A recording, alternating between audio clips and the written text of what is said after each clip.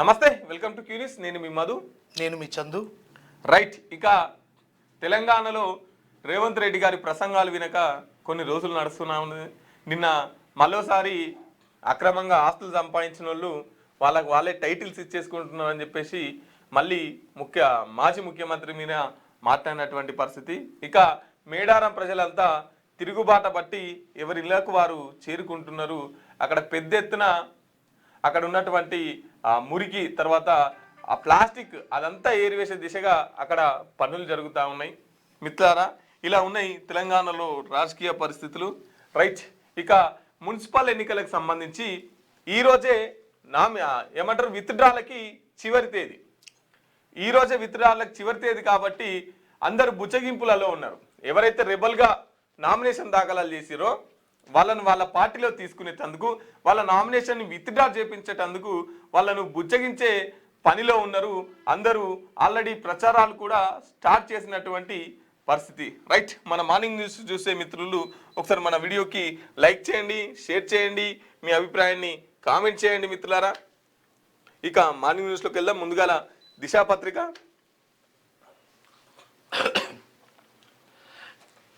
Justice Sudarshan రెడ్డికి రావి నారాయణ రెడ్డి జాతీయ పురస్కారం అందజేసిన సీఎం రేవంత్ రెడ్డి, ఆస్తులు కొల్లగొట్టేవారు జాతిపితనా? రూపాయలు 1000 కోట్లు సంపాదించుకున్న వాళ్ళు ఉద్యమకారులా? కోదండరాంను అరెస్టు చేసినప్పుడు ఉద్యమకారులు గుర్తుకు రాలేదా? తెలంగాణ కోసం రావి నారాయణ రెడ్డి సర్వం కోల్పోయారు. తప్పు చేస్తే ఎవరైనా విచారణను ఎదుర్కోవాల్సిందే. రావి నారాయణ రెడ్డి జాతీయ పురస్కార ప్రధానోత్సవంలో సీఎం రేవంత్ జస్టిస్ సుదర్శన్ రెడ్డికి పురస్కారం ప్రదానం. ఇక ఆస్తులు కొల్లగొట్టేవారు జాతిపిత ఎలా అవుతారని సీఎం రేవంత్ రెడ్డి అన్నారు. 1000 కోట్లు సంపాదించుకున్న వాళ్ళు ఉద్యమకారులైతే రాష్ట్ర సాధన కోసం ఉద్యమకారులందరినీ ఏకతాటిపై తీసుకొచ్చి ప్రొఫెసర్ కోదండరాం ఉద్యమకారుడు కాదా అని ప్రశ్నించారు. తప్పు చేస్తే ఎంతటి వారైనా విచారణ ఎదుర్కోక తప్పదని ముఖ్యమంత్రి రేవంత్ రెడ్డి స్పష్టం చేశారు. హైదరాబాద్ బంజారాహిల్స్లోని రావి నారాయణ రెడ్డి ఆడిటోరియంలో చాడా వెంకటరెడ్డి అధ్యక్షతన జరిగిన రావి నారాయణ రెడ్డి జాతీయ పురస్కార ప్రధానోత్సవ కార్యక్రమానికి ఆయన ముఖ్య అతిథిగా హాజరయ్యారు. ఈ సందర్భంగా జస్టిస్ బి సుదర్శన్ రెడ్డికి పురస్కారాన్ని ప్రదానం చేశారు. సీఎం మాట్లాడుతూ తెలంగాణ కోసం సర్వం కోల్పోయిన వాళ్ళు వీళ్ళు ఉద్యమకారులు కాదు అని కేసీఆర్ అంటాడు. కానీ ఆయన ఎట్లా కోట్లు సంపాదించుకున్నాడు, ఆయన ఎట్లా ఉద్యమకారుడు ఎట్లయితాడు, జాతిపిత ఎట్లయితాడు అని అంటుడు. మున్సిపల్ ఎన్నికల్లో గెలుపు మనదే, మంచి మెజార్టీతో గెలుస్తున్నట్టు సర్వేలు చెబుతున్నాయి. ఎన్నికల కమిటీ జూమ్ మీటింగ్లో CM Revanth TPCC screening committee జాబితాకు ఆమోదం. నేడు నామినేషన్ల ఉపసంహరణ. 14 వరకు మేయర్, చైర్మన్ అభ్యర్థుల వివరాలు ఇవ్వండి అని ఈసీ ప్రకటించినట్టుగా తెలుస్తూ ఉంది. ఇక తెలంగాణ రాష్ట్రంలో ఈరోజు ఏదైతే ఉపసంహరణ ఈ మున్సిపాలిటీ కార్పొరేషన్లకు సంబంధించినటువంటి ఎలక్షన్లు జరుగుతున్న సందర్భంగా ఈరోజు ఎవరైనా ఉపసంహరణ చేసుకోవాలనుకుంటే, విత్డ్రాల్ పెట్టుకోవాలనుకుంటే ఇవాళ చివరి తేదీ. ఇక ఈరోజు అయిపోయిన తర్వాత తుది జాబితా ఎవరెవరు పోటీలు ఉన్నారు, ఎవరెవరు ఏం కథ అనేది మొత్తానికి ఈరోజు సాయంత్రం కల్లా తేలిపోనుంది. రేపు దీనికి సంబంధించిన ఫుల్ డీటెయిల్స్ రాబోతూ ఉన్నాయి. ఇప్పటికే బుజ్జగుంపుల కార్యక్రమాలు మొదలైపోయినాయి. రెబల్గా ఉన్నోళ్ళు కావచ్చు, లేకపోతే ఇతరులందరినీ వాళ్ళ ఆధీనంలోకి తీసుకొని ఇక మనమే గెలుస్తున్నామని చెప్పకపోతే మనం ఓడిపోతున్నాము, ఫలానా దగ్గర మనోళ్ళు తక్కువ ఉన్నారు అని చెప్పరు కదా. ఎవరైనా ఏ రాజకీయ పార్టీ అయినా కానీ మనమే గెలుస్తున్నామని చెప్తారు. 10 ఓట్లు పడిన వాళ్ళు కూడా మేమే గెలుస్తున్నాము, జర్రా ఒక 2900 ఓట్లల్లా తక్కువనే, అంతేగాని మనకు 3000 ఓట్లకు 2900 ఓట్లే తక్కువనే అని వాళ్ళని చెప్పరు కదా. అందుకోసం మేమే గెలుస్తున్నామని రేవంత్ రెడ్డి గారు అంటా ఉన్నారు. వాళ్ళ జూమ్ మీటింగ్లో మాట్లాడిరట. నెక్స్ట్, మంత్రులకు పదవీ గండం. మున్సిపల్ ఎన్నికల్లో ఫలితాలు తలకిందులైతే అంతే సంగతులు. అదే వారి పనితీరుకు ప్రోగ్రెస్ రిపోర్టు. అందుకే షెడ్యూల్ వచ్చిన తెల్లారి నుంచే పర్యటనలు, పార్టీ విజయం కోసం తీవ్ర ప్రయత్నాలు. మున్సిపల్ ఎన్నికలు రాష్ట్ర మంత్రులకు పెద్ద సవాలుగా మారాయి. జిల్లా ఇన్ఛార్జి మంత్రులకు నియోజకవర్గాల్లో పార్టీ గెలుపు బాధ్యతలను అధిష్టానం అప్పగించింది. ఆశించిన స్థాయిలో ఫలితాలు రాకపోతే సదరు మంత్రుల ప్రోగ్రెస్ రిపోర్టులో మైనస్ మార్కులు పడతాయని ప్రచారం జరుగుతోంది. ఆ ప్రభావం భవిష్యత్తులో జరగనున్న కేబినెట్ ప్రక్షాళన మీద ఉంటుందనే చర్చ పార్టీ వర్గాల్లో ఉన్నది. ఈ విషయం గ్రహించిన మంత్రులు ఎన్నికల షెడ్యూల్ వచ్చిన తెల్లారి నుంచే తమకు అప్పగించిన నియోజకవర్గాల్లో పర్యటిస్తున్నారు. అటు ఎమ్మెల్యేలు ఇటు లీడర్లను సమన్వయం చేస్తూ పార్టీ విజయం కోసం పనిచేయాలని కోరుతున్నారు. మంత్రులకు డబుల్ టాస్క్. మున్సిపల్ ఎన్నికల ఇన్ఛార్జీలుగా ఒక్కో పార్లమెంటు సెగ్మెంట్కు ఒక్కో మంత్రిని నియమించారు. ఆ సెగ్మెంట్ పరిధిలోని మున్సిపాలిటీలు, కార్పొరేషన్లలో పార్టీ అభ్యర్థులను గెలిపించే బాధ్యత మంత్రులదే. వీరంతా ఎన్నికలు ముగిసే వరకు అక్కడే ఉంటూ అభ్యర్థుల ఎంపిక, ఎన్నికల ప్రచార బాధ్యతలను చూసుకోవాల్సి ఉంది. అలాగే అక్కడ పార్టీకి కావాల్సిన సహాయ సహకారాలు అందించాలి. ఒక రకంగా ఆ పార్లమెంటు నియోజకవర్గంలోని మున్సిపాలిటీలు, కార్పొరేషన్ల గెలుపు ఓటములకు మంత్రులే బాధ్యత వహించాల్సి ఉంటుంది. అలాగే సొంత నియోజకవర్గంలోని మున్సిపాలిటీలు, కార్పొరేషన్లో పార్టీ అభ్యర్థులను గెలిపించుకునేందుకు ఫోకస్ పెట్టాలి. లేకపోతే సొంత నియోజకవర్గంలో మంత్రికి పట్టులేదని విమర్శలు ఎదుర్కోవాల్సి ఉంటుంది.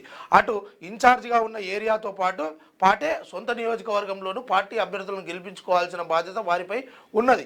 ఫెయిల్ అయితే మంత్రి పదవికి గండం. కాంగ్రెస్ అధికారంలోకి వచ్చాక పార్టీ గుర్తులతో జరుగుతున్న మొదటి ఎన్నికలు కావడంతో ఛాలెంజ్గా తీసుకున్న ఏఐసిసి మెజార్టీ మున్సిపాలిటీలను సొంతం చేసుకోవాలని రాష్ట్ర నాయకత్వానికి టార్గెట్ విధించింది. అందుకోసం మంత్రులకు ఇన్ఛార్జి బాధ్యతలు అప్పగించినట్లు తెలుస్తున్నది. ఈ ఎన్నికలు మంత్రుల పనితీరుకు నిదర్శనమని ఆశించిన స్థాయిలో ఈ విషయం మొత్తానికైతే రాసుకొచ్చారు. ఇక మన సారు సీఎం రేవంత్ రెడ్డి గారు మొన్నటిదాకా విద్యార్థిగా ఉండి ఆడ కెనడీ హార్వర్డ్లో ఏదైతే నేర్చుకొని వచ్చిండో, ఇప్పుడు వీళ్ళకు కూడా ఆయనకు పట్టా ఏదైతే పొందిండో వీళ్ళు కూడా మరి వీళ్ళ పనితీరులో వీళ్ళకు ఎన్ని మార్కులు వస్తాయి ఏందనేది ప్రోగ్రెస్ రిపోర్టు అదే విధంగా ఉంటుందట. ఇక వీళ్ళు ఎవరైనా వీళ్ళ నియోజకవర్గాల్లో కావచ్చు, వీళ్ళు నియమించుకున్నటువంటి ఆ మున్సిపల్ కార్పొరేషన్ ఆ ఎన్నికల పర్వంలో కావచ్చు, అక్కడ వీళ్ళు నియమించుకొని వీళ్ళు బాధ్యత వహిస్తున్నటువంటి దాంట్లో వీళ్ళు పోటీ చేయకపోతే, అంటే ఆ పోటీ వీళ్ళ బాధ్యత వహిస్తున్న దాంట్లో వీళ్ళ అభ్యర్థుల వలన ఓడిపోతే, వీళ్ళు కైవసం చేసుకోకపోతే ఇక వీళ్ళదే బాధ్యత, మంత్రులకు పదవి గండమని ఒక హెడ్లైన్ తీసుకొచ్చి చెప్పే ముచ్చట అయితే రాసిరు. ఎవరి పంతం వారిదే. కాంగ్రెస్లో వలస ఎమ్మెల్యేలు ఇన్ఛార్జీల మధ్య ఆధిపత్య పోరు. 5 నియోజకవర్గాల్లో టికెట్ల పంచాయతీ. ఇక ఒకరిద్దరు ఉన్న కాడనే పంచాయతీ ఉంది, ఇంతమంది ఉన్న కాడ పంచాయకపోతే ఏమవుతుంది? ఫస్ట్ మళ్ళీ కాంగ్రెస్ అంటే ఇక ఎన్ని ఉంటాయో ఈ ప్రజలందరికీ తెలుసు. అందుకోసము వాళ్ళ పంచాయతీలు వాళ్ళకు ఉన్నాయి. ప్రజలైతే జర ఏడ కార్యకర్తలు ఈ 10 రోజుల ఓట్ల పండుగ అయిపోగానే మళ్ళా అందరూ ఒక తాటిపైకి వస్తారు. కాబట్టి ఇప్పుడు పంచాయతీ పెట్టుకోకుర్రి, ఏదేమవుతుంది ఏంది అనేది చూద్దాం. ఇక రైట్. లోక్సభలో మాట్లాడుతున్న రాహుల్ గాంధీ బోర్డర్లో చైనా ట్యాంకులు, మాజీ ఆర్మీ చీఫ్ అప్రచురిత పుస్తకంలోని పదాలపై లోక్సభలో రాహుల్ గాంధీ ప్రస్తావన. రాష్ట్రపతి ప్రసంగానికి ధన్యవాద తీర్మానం వేల గందరగోళం. ప్రతిపక్ష నేతను అడ్డుకున్న రక్షణ మంత్రి రాజ్నాథ్ సింగ్. వెనక్కి తగ్గని రాహుల్, లోక్సభ నేటికి వాయిదా. అయితే మాజీ ఆర్మీ చీఫ్ అప్రచురిత పుస్తకంలోని కొన్ని పదాల్ని రాహుల్ గాంధీ ప్రస్తావించాడు. మిగతా వాళ్ళు ఏమంటున్నారంటే రాజ్నాథ్ సింగ్ కేంద్ర మంత్రి వీళ్ళంతా ఏమంటున్నారంటే, ఆ పుస్తకం ఇంకా రిలీజ్ కాలేదు, నువ్వు అందులో ఉన్న పదాలని ఎట్లా చదవద్దు కదా అని చెప్పేసి కేంద్ర మంత్రి మాట్లాడుతున్నారు. కేంద్ర మంత్రి మాట్లాడుతుంటే రాహుల్ గాంధీ అయినా కూడా తగ్గలేదు. ఈ పుస్తకాన్ని అడ్డుపడేది బీజేపీ వాళ్ళు అని చెప్పేసి మళ్ళొక్కసారి మాట్లాడాడు. గంట మాట అంటావా అని చెప్పేసి ఇక గందరగోళం పార్లమెంట్ అంతా మొత్తం మీద వాయిదా పడ్డది. ఆ పుస్తకంలో అసలు రిలీజే కాలేదు, దాంట్లో పదాలని ఎట్లా చదివినావు అని కేంద్ర మంత్రి బీజేపీ పార్టీ వాళ్ళు అంటే, ఈ పుస్తకానికి అడ్డుపడేది బీజేపీ వాళ్ళే అని చెప్పేసి రాహుల్ గాంధీ అనగానే ఇక సభ మొత్తం బగ్గుమన్నది అన్నట్టు. ఇక పాడి కౌశిక్ రెడ్డిపై హెచ్ఆర్సీలో ఫిర్యాదు. మతం పేరుతో కరీంనగర్ సిపిని దూషించిన ఘటనలో 20లోగా రిపోర్ట్ ఇవ్వండి, డీజీపీకి హెచ్ఆర్సీ ఆదేశం. హెచ్ఆర్సీ డీజీపీకి రిపోర్ట్ చేసిరట, ఫిర్యాదు చేసిరట. మతం పేరుతోని మొన్న సమ్మక్క సారలక్క ఏదైతే వీణవంకలో సమ్మక్క సారక్క జాతరలో సిఐని పట్టుకొని ఇష్టం వచ్చినట్టు తిట్టింది కదా, సో దానికి సంబంధించి సారీ చెప్పిండు. మళ్ళీ కూడా సారీ చెప్పినాక కూడా ఇతనికి నోటీసులు ఇచ్చిరు. ఇతని మీద హెచ్ఆర్సీలో ఫిర్యాదు చేసినటువంటి పరిస్థితి. సో కాబట్టి రైట్, ఇతని మీద ఫిర్యాదు తీసుకోవాలని చెప్పేసి మాట్లాడుతున్నటువంటి పరిస్థితి. ఇక కొండంత ప్రాజెక్టులకు గోరంత నిధుల. రైల్వే బడ్జెట్లో తెలంగాణ కేటాయింపులు 5,454 కోట్లు. పెండింగ్ ప్రాజెక్టుల పూర్తికి 47,984 కోట్ల అవసరం. ఈ ప్రాజెక్టుకి, ఈ పెండింగ్ ప్రాజెక్టుకి దగ్గర 50,000 కోట్ల అవసరం. 50,000 కోట్ల అవసరం అయితే వీళ్ళు ఇచ్చింది ఎంత అండి? 5,000 కోట్లు. ఇట్లుంటది కేంద్ర సర్కార్ తీరు. కాబట్టి కొండంత ప్రాజెక్టులకు గోరంత నిధులు ఇస్తున్నటువంటి పరిస్థితి ఈ బీజేపీ వాళ్ళది, ఈ కేంద్ర సర్కార్ది. రైట్. ఇక మళ్ళీ ఉద్యమ రోజులు గుర్తుకొస్తున్నాయి. కేసీఆర్ విచారణ టైంలో బీఆర్ఎస్ నిరసనలు మిన్నంటాయి. మా కార్యకర్తలను తట్టి లేపే సీఎం రేవంత్ కు థ్యాంక్స్ అని చెప్తున్నాడు. కాంగ్రెస్ పార్టీవి divert politics. Media chit chat లో బీఆర్ఎస్ వర్కింగ్ ప్రెసిడెంట్ కేటీఆర్ రాచరిక పొగళ్ళు మార్చుకోవాలి, లేదంటే బీఆర్ఎస్ ను ఎవళ్ళు కాపాడలేదని చెప్పేసి కౌంటర్ వేస్తున్నారు. వీళ్ళకి ఎవరో కౌంటర్ వేయాల్సిన అవసరం లేదు, వీళ్ళే కౌంటర్ వేసుకుంటున్నారు. మళ్ళీ ఉద్యమ రోజులు గుర్తుకొచ్చినాయి. ఇవి గుర్తుకొచ్చినందుకు, గుర్తు చేసినందుకు రేవంత్ రెడ్డికి థ్యాంక్స్ చెప్తున్నాడు. ఎవరు? రేవంత్ రెడ్డి గారు. ఏమనంటే, మా కార్యకర్తలను తట్టిలేపిన మీరు చాలా కృతజ్ఞతలు అండి అంటే, అటు నుంచి కౌంటర్ ఎవరేయాలి? అయితే కాంగ్రెస్ వాళ్ళు వేయాలి, లేదంటే బీఆర్ఎస్ వాళ్ళు వేయాలి. కానీ ఎవరు ఎత్తున్నారు అటు నుంచి కౌంటర్ అంటే? సొంత చెల్లె ఎత్తున్నది. ఇక కేసీఆర్ నీ అహంకారం, సారీ కేటీఆర్ నీ అహంకారం, నీ పద్ధతి కనుక మార్చుకోకపోతే బీఆర్ఎస్ పార్టీ బొందల పడ్డట్టే. కాబట్టి నీ పద్ధతి మార్చుకో అని చెప్పేసి అటు నుంచి కల్వకుంట్ల కవిత మాట్లాడుతున్నారు. ఇంకా దీనికి సంబంధించి ఎవరైతే నిరసనలు తెలిపిరో, ఎవరైతే మొత్తం ఇక వచ్చి దొరికిందే సందని చెప్పేసి ఇష్టం ఉన్నట్టు పోలీసు వాళ్ళని కూడా ఇష్టం ఉన్నట్టు తిట్టిరు. ఇక రెడ్ బుక్లలో ఫస్ట్ ఎక్కే పేరు సిపి సజ్జనార్ గారిదే, రెడ్ బుక్. అదే పింక్ బుక్ లో. సో ఇట్లా పోలీసు వాళ్ళ మీద మాట్లాడిన వాళ్ళపైన, తర్వాత నిరసనలు తెలిపిన వాళ్ళపైన, రోడ్డు మీద బైఠాయించిన వాళ్ళపైన నిన్న కేసులు కూడా పెట్టడం జరిగింది. ఇక పోకటలు మార్చుకోవాలని చెప్పేసి కల్వకుంట్ల కవిత మాట్లాడుతున్నది. ఇక సూసైడ్ బాంబర్లు ఆసిఫా, హవా, బలూచ్ 200 మంది పాక్ సైనికులు మృతి. ఆపరేషన్ హెరాప్ ఫేజ్ 2 చేపట్టిన బలూచిస్తాన్ రెబల్స్ ఏకంగా ఐఎస్ఐ హెడ్ క్వార్టర్పై దాడి. సూసైడ్ బాంబర్లుగా మారి తమను తాము పేల్చేసుకున్న 2 మహిళలు. ఇక ఎట్లుంటుంది ఈ పరిస్థితులు అంటే, నిజంగా వీళ్ళకు వీళ్ళే మానవ బాంబులయ్యి శత్రు దేశాలపైన యుద్ధం చేస్తూ ఉంటారు. అందులో భాగంగానే 2 మహిళలు వాళ్ళకు వాళ్ళే మానవ బాంబులుగా తయారైపోయి ఇక ఆపరేషన్ హెరాప్ ఫేజ్ 2 అనే ఒక ఆపరేషన్ను వీళ్ళు స్టార్ట్ చేశారంట. అందులో 20 మంది పాక్ సైనికులు మృతి చెందినట్టుగా తెలుస్తూ ఉంది. ఇక సర్పంచ్ పదవి కోసం కూతుర్ని చంపేశాడు. ఎన్నికల్లో అడ్డొచ్చిన ముగ్గురు పిల్లల నిబంధన నిజాం సాగర్ కెనాల్లో పెద్ద కూతురిని తోసేసిన తండ్రి. అమ్మ, ఎంత బాధాకరమైనటువంటి విషయము. ఆఫ్టర్ ఆల్ 5 సంవత్సరాల పదవి కోసం, గెలుస్తామో ఓడమో తెలియని పదవి కోసం, ఓడుతామో తెలియని పదవి కోసము కన్న కూతుర్ని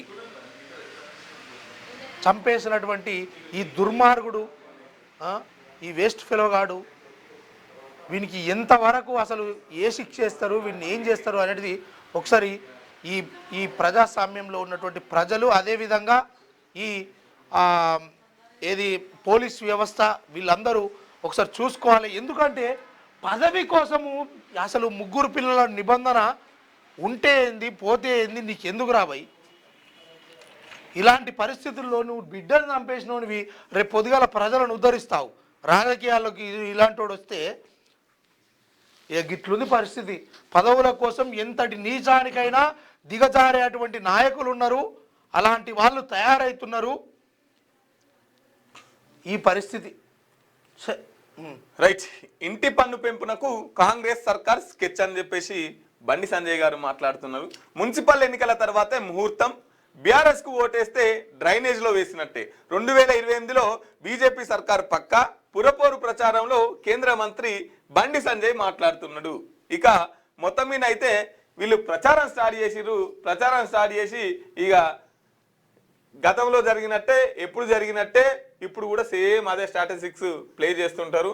ఏం లేదు, ఇప్పుడు మున్సిపల్ ఎన్నికలల్లా సరే, ఏ ఎన్నికలైనా సరే మా పార్టీకి ఓటేయండి అని చెప్పుకునే కంటే ముందు అవతల మా పార్టీ మేనిఫెస్టో ఇది, మేము ఇవి చేస్తాం, మేము ఇక్కడ ప్రజలకు ఈ సమస్యలు మేము గుర్తించినాం, ఈ సమస్యల్ని మేము ఈ విధంగా పరిష్కరిస్తాం అని ఒక మేనిఫెస్టోతోని ముందుకెళ్తారు. ఆ మేనిఫెస్టో ప్రజలకు అవసరం వచ్చేదిగా ఉంటుంది. కానీ ఇప్పుడున్న ఎలక్షన్స్ అన్ని అవతల ఎంత తిడితే ఇక్కడ ఉన్నాడు అంతా రెచ్చిపోతాడు.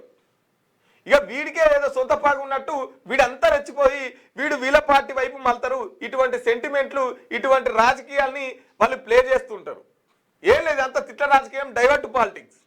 నిజంగా ఎన్నికలలో మిత్రులారా, మీ రాజకీయ నాయకులు మీ ఊరికి వచ్చినా, మీ ప్రాంతానికి వచ్చినా, మీ ఏరియాకి వస్తే నువ్వేం చేస్తావు, మా బస్తీలో మీరు గుర్తించినటువంటి సమస్యలు ఏంటి, ఆ సమస్యల్ని మీరు ఎట్లా పరిష్కారం చేస్తారు, అది మాట్లాడు తప్ప ఆ పార్టీని ఈడు తిట్టే ఈ పార్టీని ఆడు తిట్టే మళ్ళీ నైట్ కాగానే ఇద్దరు ఒక దగ్గరనే కూర్చుని మీదికి వచ్చి వాడిని వీడు పట్టేసి వీడి మీద వాడు పట్టేసి. కాబట్టి రాజకీయాలు బయట తిట్టుకునేటివి కావు, లోపల వాళ్ళందరూ ఒకటే. కాబట్టి మీ ప్రాంతానికి ఏం చేస్తారు అనేది మీకు ఇంపార్టెంట్. అగో దాన్ని చూసి ఓట్లేదు. అయితే దీని విషయం ఏంటంటే, ఈ ఇంటి పన్ను పెంపునకు అయితే మన తెలంగాణ రాష్ట్ర సర్కారు చేస్తున్నటువంటి కార్యక్రమం ఏంటంటే, ఇప్పుడు హైదరాబాద్లోని ఇప్పుడు జిహెచ్ఎంసీ ఏదైతే ఉందో దీన్ని పైలట్ ప్రాజెక్టుగా తీసుకున్నారు. ఎందుకు ఏంది అని అంటే, ఇది కామన్ బిల్గా, అంటే ఇప్పుడు ఒక్కడికో 10 ఇండ్లు ఉంటాయి. ఆ 10 ఇండ్లలో కొన్ని మెయిన్ రోడ్డుకు ఉంటాయి, కొన్ని లోపలికి ఉంటాయి. ఆ ఉన్న క్రమంలో వీడు కడుతున్నటువంటి పన్ను ఏంటంటే రెసిడెన్షియల్ పన్ను కడుతున్నాడు. అంటే అందులో ప్రజలు జీవిస్తున్నారు, రెంట్కి ఇచ్చిన నేను, ఆ రకమైనటువంటి నాదే ఇల్లు అన్నట్టుగా. అంతేగాని కమర్షియల్ బిల్లు ఏదైతే కొంతమంది ఆఫీసులు పెట్టుకుంటారు, కొంతమంది కిరాయికి ఇస్తే అది కమర్షియల్గా దాన్ని అడ్జేస్తారు. కాబట్టి ఆ రకమైనటువంటి బిల్లు కడతలేడు, ట్యాక్స్ అట్లా పే చేస్తలేడు. అదేవిధంగా ఆ గవర్నమెంట్ కట్టాల్సినటువంటి ట్యాక్స్, అదే గవర్నమెంటు సంబంధించినటువంటి కరెంటు కూడా కొన్ని చోట్ల కరెంట్ ఏమో ఏది కేటగిరీ 2కు సంబంధించింది ఉంది, ఏది ఇప్పుడు ప్రైవేట్ కేటగిరీ ఉంటుంది కదా, దానికి సంబంధించినటువంటి కేటగిరీ ఉంది. కానీ ట్యాక్స్ ఏమో రెసిడెన్షియల్ ట్యాక్స్ కడతా ఉన్నారు. ఇలాంటి వాళ్ళపైన ఉక్కుపాదం మోపడానికి, అధిక ఆదాయం వసూలు కావడానికి తీసుకొచ్చినటువంటి ప్రాజెక్టే ఏది ఈడ చెప్పినటువంటి ఇంటి పన్ను పెంపునకు. ఇది బండి సంజయ్ ఏం చెప్తున్నా అంటే, ఇక గ్రామాల వారీగా ఉన్న దాంట్లో కూడా ఇంటి పన్ను వేస్తారు, ఇక ఇది అయిపోయిన తర్వాత అని ఒక అల్లే కథం చేస్తున్నాడు. సరే, ఆయన అల్లిన కాడికి అది ఎంతవరకు వస్తుంది ఏంది అనేది చూస్తాం. కొండంత ప్రాజెక్ట్ రైట్. ఆ భూములు ఎవరివి? బీఆర్ఎస్ హయాంలో అర్ధరాత్రి బదలాయింపు. బీఆర్ఎస్ హయాంలో జీవో 59 ముసుగులో 100 ఎకరాల భూములు అన్యాక్రాంతమయ్యాయి. 4 నెలల్లో 50,000 కోట్ల విలువైన స్థలాలని కొల్లగొట్టారు. నిబంధనలను దరఖాస్తు జత చేసిన పత్రాలు పరిశీలించకుండానే ఒక్కొక్కరికి 1000 గజాల నుంచి ఎకరాల కొద్ది కట్టబెట్టారు. రంగారెడ్డి జిల్లా షేర్లింగంపల్లి మండలంలో గజం 30 లక్షల దాకా పలుకుతుంటే నామమాత్రంగా 12,000 వసూలు చేసి రాత్రికి రాత్రే కన్వెన్స్ డీడ్స్ చేశారు. కాంగ్రెస్ అధికారంలోకి వచ్చాక ఈ అర్ధరాత్రి దస్తాల భాగోతాన్ని గుర్తించి ఫైళ్లను పెండింగ్ లో పెడుతున్నట్టు ప్రకటించింది. ఇప్పుడు ఈ భూములు ఎవరి ఖాతాలో రాస్తురన్న చర్చ జరుగుతుంది. రాష్ట్ర ప్రభుత్వం కొత్తగా నిషేధిత భూముల జాబితాను రూపొందిస్తున్నది. ఈ క్రమంలో పెండింగ్ లో పెట్టిన, రిజెక్ట్ చేసిన ఫైళ్లలో పేర్కొన్న భూములని ప్రభుత్వ ఖాతాలో రాయాలి. నిజాయితీగా రెగ్యులైజ్ చేయించుకున్న ల్యాండ్ పిఓపి జాబితా నుంచి తొలగించాలి. అయితే ఈ వ్యవహారంలో రెవెన్యూ అధికారుల పాత్ర అనుమానాలకు దారితీస్తున్నది. అక్రమ క్రమబద్ధీకరణ తతంగాన్ని సీరియస్ గా తీసుకోకపోతే మరోసారి క్రయ విక్రయాలు జరిగే అవకాశం ఉన్నది. మిగిలిందైనా కాపాడాలి. సర్వే నెంబర్ల వారీగా పక్కా లెక్కలు తీసి మిగిలిన భూమిని కాపాడడంతోనూ అధికారుల నిర్లక్ష్యం స్పష్టంగా కనిపిస్తున్నది. జీవోలు 58, 59, 161 ఆధారంగా రెగ్యులరైజ్ చేసిన అని చెప్పేసి ఒక వార్త వచ్చింది. ఏంటంటే ఇది బీఆర్ఎస్ హయాంలో అర్ధరాత్రి 1000 ఎకరాలు, సుమారు 50 కోట్ల విలువ గల భూమి అన్యాక్రాంతమవుతున్నాయట. అర్ధరాత్రి ఎవరి పేరు మీదకి వాడితే వాళ్ళ పేరు మీదకి మారిపోతున్నాయట. మరి బీఆర్ఎస్ హయాంలో జరిగిన దాన్ని ఈ కాంగ్రెస్ వాళ్ళు వచ్చి ఏమైనా కట్టడి చేస్తారా అంటే వీళ్ళు నమో నారాయణ అన్నట్టు సప్పుడు ఎక్కుకుంటున్నారట. దీన్ని నిజాయితీగా, ఇది గవర్నమెంట్ భూమి, నిజాయితీగా కాపాడాలని చెప్పేసి ఒక వార్త రాసుకొచ్చినటువంటి పరిస్థితి. ఇక రాష్ట్రంలో కామన్ బిల్ ముంబై బెంగళూరు తరహాలో నీళ్లు కరెంటు ప్రాపర్టీ ట్యాక్స్ అనుసంధానం ఆదాయం పెంపే లక్ష్యంగా చర్యలు 15 రోజుల్లో పూర్తి చేయాలని జిహెచ్ఎంసీ కమిషనర్ కర్నల్ ఆదేశాలు. అయితే దీనికి సంబంధించింది ఇప్పటిదాకానే ఆయన ఆ రకంగా మాట్లాడుతూ ఉన్నాడు కదా. వీళ్ళు ఏమంటారు అంటే తెలంగాణ రాష్ట్రంలో సీఎం రేవంత్ రెడ్డి తీసుకున్నటువంటి నిర్ణయం ఏంటంటే ఆదాయం పడిపోతూ ఉన్నది, చాలామంది ట్యాక్సులు ఎగ్గొడతా ఉన్నారు. ఎగ్గొట్టే కారణంగా కొంతమంది వాళ్ళు అంటే ఏమంటారు కమర్షియల్గా ఇచ్చినటువంటి వాళ్ళ ఇండ్లను కావచ్చు లేకపోతే వాళ్ళ ప్రాపర్టీస్కి వాళ్ళు రెసిడెన్షియల్ ట్యాక్స్ పే చేస్తున్నారు. దీనికి సంబంధించి నీళ్లు కావచ్చు కరెంటు కావచ్చు ఆ ట్యాక్స్ విషయంలో ఆధార్ కార్డు అదేవిధంగా ఒక నెంబర్ కూడా వాళ్ళకు పర్సనల్గా ఉండేటట్టు వాళ్ళ నెంబర్ను కూడా దీనికి జోడించి ఒక యాప్ ద్వారా దీన్ని తీసుకొచ్చి ఆ రకంగా ట్యాక్స్ పే చేసే విధంగా చూడాలని చెప్పేసి వీళ్ళు ఒక జిహెచ్ఎంసీలో ఒక పైలట్ ప్రాజెక్ట్ని అయితే తీసుకొచ్చారు. ఇక భారత్పై సుంకాలు తగ్గింపు ఇరు దేశాల నడుమ కుదిరిన ట్రేడ్ డీల్. యుఎస్ వెనుజులా నుంచి చమురు కొనేందుకు మోడీ ఒప్పుకున్నారు. అమెరికా అధ్యక్షుడు ట్రంప్ వెల్లడి. 140 కోట్ల మంది భారతీయుల తరపున థ్యాంక్స్ చెప్పిన ప్రధాని మోడీ. భారత్పై విధించిన సుంకాలను 25 నుంచి 18% తగ్గిస్తున్నట్టు అమెరికా అధ్యక్షుడు ట్రంప్ ప్రకటించారు. గతంలో యుఎస్ ఉత్పత్తులపై ఆరోపిస్తూ 25% టారిఫ్స్ చేసిన ట్రంప్ తాజాగా వాటిని తగ్గిస్తున్నట్లు వెల్లడించారు. రష్యా నుంచి చమురు కొంటున్నందున భారత్పై గతంలో మరో 25% విధించిన అదనపు టారిఫ్పై మాత్రం ఎలాంటి ప్రకటన చేయలేదు. మొత్తం అమెరికా నిన్నటి వరకు భారత్పై 50% సుంకాలు వసూలు చేస్తుండగా ట్రంప్ తాజా ప్రకటనతో అవి 43%కి తగ్గింది. ఒక 7% కలిసి వచ్చే ప్రయత్నం అయితే జరిగింది. 7% ఏదైతే ముందు ఓ 25% ఉందో ఆ 25% నుంచి 18% అది చేసిర్రు. ఇక్కడ రష్యా నుండి తీసుకుంటున్నటువంటి చమురు విషయంలో 25% సుంకాలు ఎక్కువ వేసినటువంటి ట్రంప్ ఆ దాంట్లో మాత్రం ఎలాంటి మార్పు చేయలేదు. మొత్తం 50% సుంకం మనం చెల్లిస్తున్నందులో 7%కి మాత్రము ఒక అవకాశం లభించింది. ఇక ఇప్పటి నుండి 43%కి మాత్రమే మనం చెల్లించాల్సి ఉంటుంది. ఇది ఈరోజు దిశ పత్రికలో వచ్చినటువంటి వార్తలు. అదేవిధంగా వెలుగు పత్రిక తీసుకుందాము. అరాచకాలు చేసిన వాళ్ళు జాతిపితాలా? అధికారంలో ఉన్నప్పుడు అక్రమాలు చేసి ఇప్పుడు విచారణ అనగానే గగ్గోలు పెట్టడం సరికాదు. మధ్యయుగాల చక్రవర్తుల్లా నేనే రాజ్యం అనుకునే రోజులు పోయాయి. డాక్టర్ బిఆర్ అంబేద్కర్ రాసిన రాజ్యాంగం ప్రకారం చట్టానికి ఎవరు అతిథులు కాదు. జార్ఖండ్ మాజీ సీఎం శిబు సోరెన్, బీహార్లో లాలూ ప్రసాద్ యాదవ్, తమిళనాడులో జయలలిత, కర్ణాటకలో యడ్యూరప్ప లాంటి వారు అధికారంలో ఉన్నప్పుడు చేసిన తప్పులకు తర్వాత కోర్టుల చుట్టూ తిరిగారు. చేతులు కట్టుకొని మెజిస్ట్రేట్ ముందు నిలబడ్డారు. మన దైవాంశ సంభూతులం కాదు, తప్పు చేస్తే విచారణ ఎదుర్కోవాల్సిందే. ఈ మధ్య కొందరు తెలంగాణ జాతిపిత అని టైటిల్స్ ఇచ్చుకుంటున్నారు. చేసిన తప్పులకు పోలీసులు నోటీసు ఇస్తే జాతిపితకు నోటీసు ఇవ్వడము తెలంగాణకు అవమానం అంటున్నారు. అసలు సిసలు జాతిపిత మహాత్మా గాంధీ ఏ పదవి ఆశించలేదు. రావి నారాయణ రెడ్డి ఆస్తులు అమ్ముకున్నారు. మరి మీరేం చేశారు? 100 ఎకరాల ఫామ్ హౌజులు, టీవీలు, పేపర్లు, వేల కోట్ల కాంట్రాక్టులు అన్నీ మీకే కావాలి. పదవులన్నీ మీరే పంచుకుంటారు. మళ్ళీ మీరే జాతిపితాలా? ఇది ఎక్కడిది? మంచి మాటనే మాట్లాడండు. ఎందుకంటే అది పదవి ఆశించని వాళ్ళు. అదేవిధంగా ఇప్పుడు కాన్సీరామ్ గారు ఉన్నారు, తను ఏ పదవి ఆశించలేదు.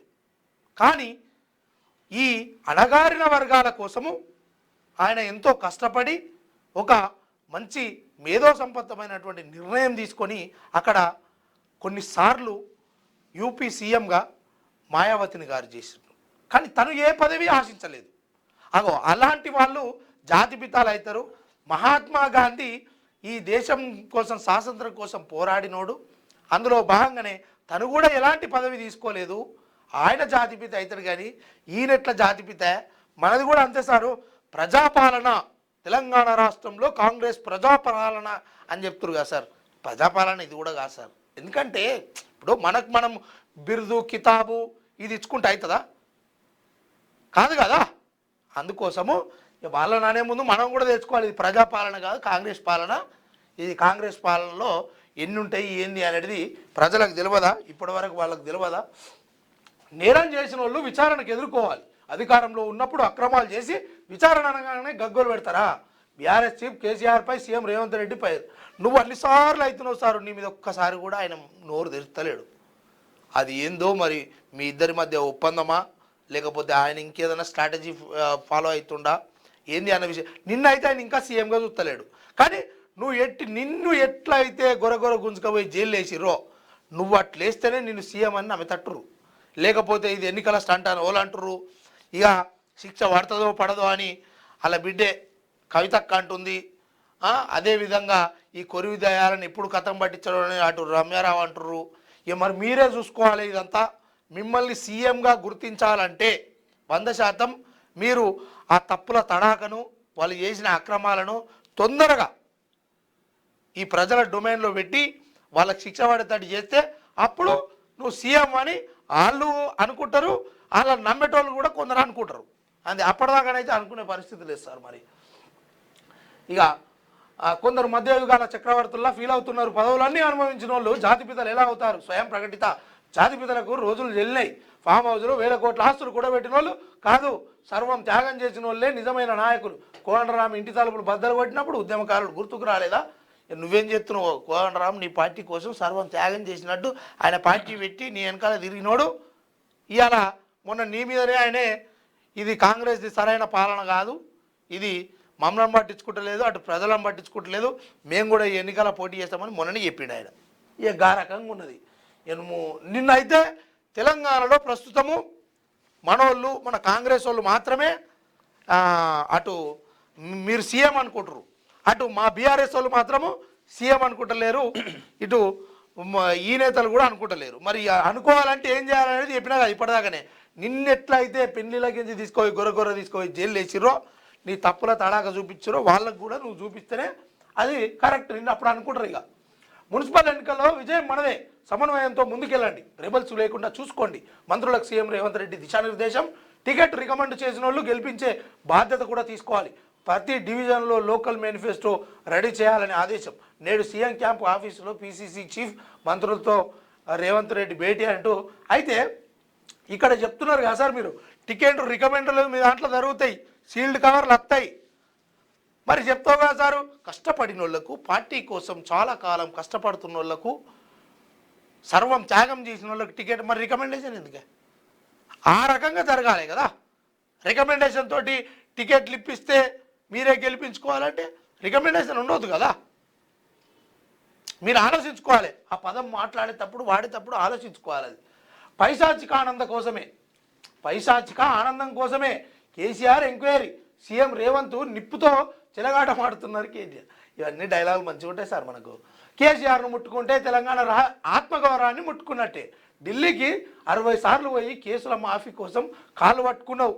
సజ్జనర్ జడ్జి కాదు, లీకులు ఇస్తే సహించేది లేదని కామెంట్ బాగా చేస్తారు. వీళ్ళు మొత్తం తెలంగాణ రాష్ట్రంలో ఒక స్టంట్ నడుస్తూ ఉంది. ఆత్మగౌరవమైన ప్రజల మీద ఎవరి మేధో సంపత్తమైనటువంటి ఎత్తుగడలు వాళ్ళు వేస్తూ ఉన్నారు.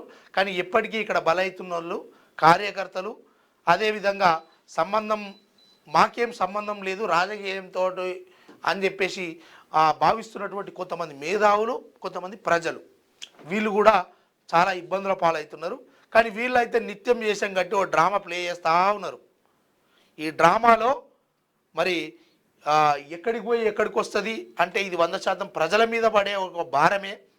వీళ్ళు ఓ నిత్యం ఓ డ్రామా ఒక ఏషం కట్టి ప్రజల ముందు మాటల యుద్ధం జరుపుకుంటారు. కానీ నిజమైన యుద్ధాలు ప్రజల మధ్యలోనే జరుగుతున్నాయి. అవి గ్రహించుకోవాలి ఎట్టి పరిస్థితుల్లో మీరు.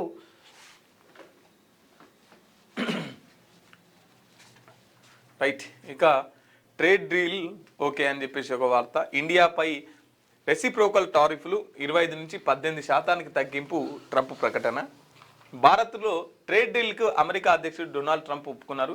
ఇండియాపై ప్రస్తుతం ఉన్న రెసిప్రోకల్ టారిఫ్లను 25 నుంచి 18% తగ్గించాలని నిర్ణయించామని ఆయన తెలిపారు. ఈ విషయాన్ని ట్రంప్ తన ట్రూత్ సోషల్ మీడియాలో పోస్ట్ చేశారు. భారత ప్రధాని నరేంద్ర మోదీతో ఉన్న స్నేహం, ఆయనపై ఉన్న గౌరవం కారణంగా ఇండియాతో ట్రేడ్ డీల్కు మేము ఒప్పుకున్నాం. అందుకోసం మోదీ నాకు రిక్వెస్ట్ చేశారు. ఈ నేపథ్యంలో ఇండియాపై రెసిప్రోకల్ టారిఫ్లను 25% నుంచి 18% తగ్గించాం. అలాగే రష్యా నుంచి చమురు కొనుగోలు ఆపివేయడానికి భారత్ ఒప్పుకుంది. బదులుగా మా దగ్గరే వెనిజులా చమురును ఇండియా కొనుగోలు చేస్తుంది అని ట్రంప్ పోస్ట్ చేశారు. ఇది అసలు సంగతి. ఎందుకు టారిఫ్లు తగ్గిస్తున్నాడు అనేది ఇది అసలు సంగతి. తాను మోదీ పనులు చెల్లించే లీడర్లమని ట్రంప్ పేర్కొన్నారు. అమెరికా నుంచి 45 లక్షల కోట్లు 500 బిలియన్ US డాలర్ల విలువైన ఎనర్జీ, టెక్నాలజీ, అగ్రికల్చర్తో పాటు ఇతర ఉత్పత్తులను కొనుగోలు కూడా మోదీ ఒప్పుకున్నారని, ఈ ఉత్పత్తుల కొనుగోలు విషయంలో కట్టుబడి ఉంటామని మోదీ చెప్పారని ట్రంప్ వెల్లడించారు. అంతకు ముందు మోదీకి ట్రంప్ ఫోన్ చేసి మాట్లాడారని ఇండియాకు అమెరికాకు రాయబారిగా సెర్గియో ఘోర్ తెలిపారు. మోదీపై ట్రంప్ ప్రశంసల జల్లు కురిపించారని ఎక్స్లో ఆయన చెప్పారు. విషయం ఏంటంటే చమురు, భారతదేశానికి రావాల్సినటువంటి చమురు రష్యా నుండి వస్తుండే. రష్యా నుండి కాదు, మొన్న ఒకవేళ రష్యా నుంచి డైరెక్ట్ మీరు కొంటే ఈ టారిఫ్లు, ఈ సుంకాలు వేస్తామని చెప్పేసి ఎప్పుడైతే ట్రంప్ చెప్పిండో, పెంచిండో, ఇక అప్పటి నుంచి రష్యా నుంచి సంబంధం కట్ చేసుకొని ఇప్పుడు వెనిజులాను ఆక్రమించుకున్నారు కదా ట్రంప్ గారు. ఆయన దగ్గర చమురు ఉన్నది కదా, ఇక దాన్ని ఎట్లా అని చెప్పేసి అమ్మాలని చెప్పేసి ఇటు డైరెక్ట్ రష్యా నుండి వచ్చే చమురు ఇప్పుడు అమెరికా నుంచి వస్తుంది. ఈ అమెరికాకి ఏం వస్తుంది అంటే వెనిజులా నుంచి వస్తుంది. సో కాబట్టి ఈ ట్రేడ్ డీల్ ఓకే అయింది. కాబట్టి ఇప్పుడు మోదీ నన్ను బాగా సంతోష పెడుతున్నాడు. ఇంతకుముందుకేమో మోదీ నన్ను సంతోష పెడతలేడు అని చెప్పేసి మాట్లాడిన ట్రంప్ గారు ఇప్పుడు నన్ను మోదీ సంతోష పెడుతున్నాడు.